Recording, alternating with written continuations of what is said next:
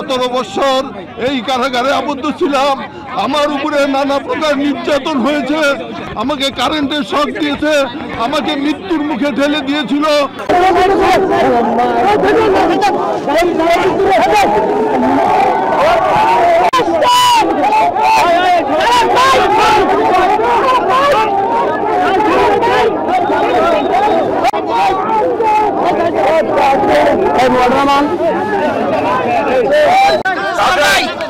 সবাই এখানে বিল না করে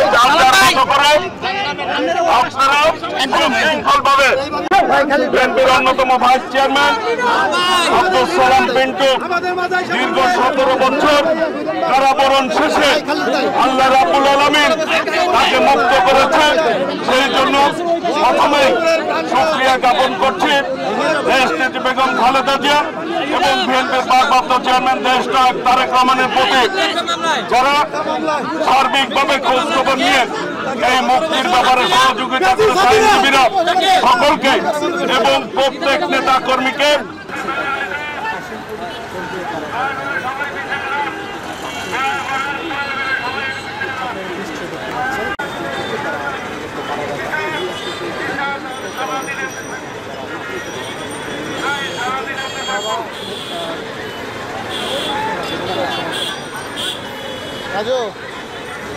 মোবাইল খারাপ করে ভিডিও করো, খালি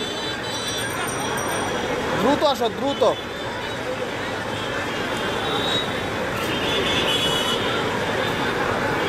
এত মানুষ থাকে নেট পাইব। সালাম কিন্তু যে সকল কর্মী বা অনুসারী রয়েছেন তারা কিন্তু এই মুহূর্তে কাশীপুর কেন্দ্রীয় কারাগারের সামনে জড়ো হয়েছে। একাধিকবার আইন শৃঙ্খলা বাহিনীর আন্তরিকভাবে ধন্যবাদ জানাচ্ছি, আহ্বান জানাচ্ছি।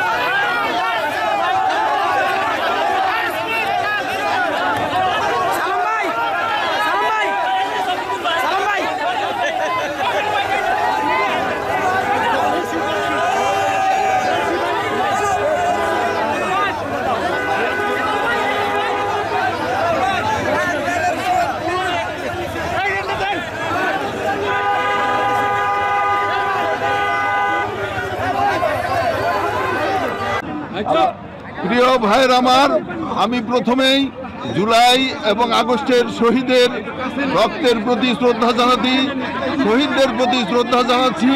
প্রিয় বন্ধুগণ আমার, 17 বছর এই কারাগারে আবদ্ধ ছিলাম। আমার উপরে নানা প্রকার নির্যাতন হয়েছে, আমার উপরে নানা প্রকার নির্যাতন হয়েছে। রিমান্ডে নিয়ে আমাকে অত্যাচার করেছে, আমাকে কারেন্টের শক দিয়েছে, আমাকে মৃত্যুর মুখে ঠেলে দিয়েছিল।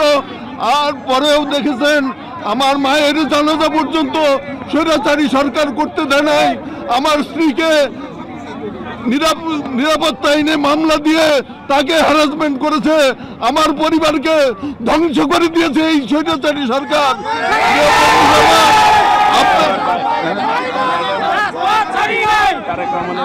প্রিয় বন্ধুরা আমার, শুধু আমার নয়, আমাদের প্রিয় নেত্রী দেশনেত্রী বেগম খালেদা জিয়াকে কিভাবে 2বারের 3বারের প্রধানমন্ত্রী কিভাবে নির্যাতন এবং নিপীড়ন করেছে আপনারা সবাই জানেন।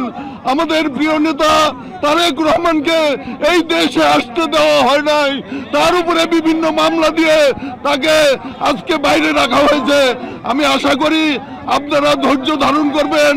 আমরা বিএনপি এবং অঙ্গ সংগঠনের সমস্ত নেতা কর্মীরা আমরা যাতে তারেক রহমানের যে নির্দেশ সেই নির্দেশ বাস্তবায়ন করতে পারি সেই দিকে আপনারা লক্ষ্য রাখবেন।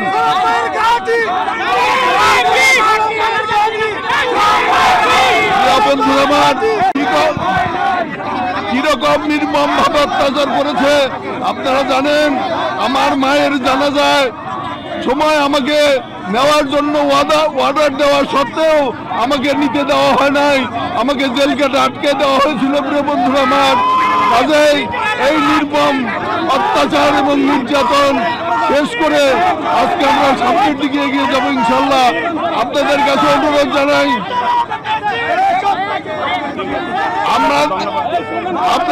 অনুরোধ জানাই, আমরা এখন জিয়াউর রহমানের মাজারে যাব। আপনারা গাড়িতে উঠে যান, সবাই আমার গাড়ির পিছনে মাজারের দিকে ধাবিত হন। আমি যারা এখানে উপস্থিত হয়েছেন, আমার মুক্তি পরিষদের লোকজন, বিএনপির লোকজন, ছাত্র দলের লোকজন, যুব দলের লোকজন, আমি সকলকে আন্তরিকভাবে অভিনন্দন এবং ধন্যবাদ জানাচ্ছি। প্রিয় বন্ধুরা, গাড়িতে চলেন, আমরা জিয়াউর রহমান মাজারে যাব। আন্তরিকভাবে ধন্যবাদ জানাচ্ছি, আহ্বান জানাচ্ছি। আমরা আমাদের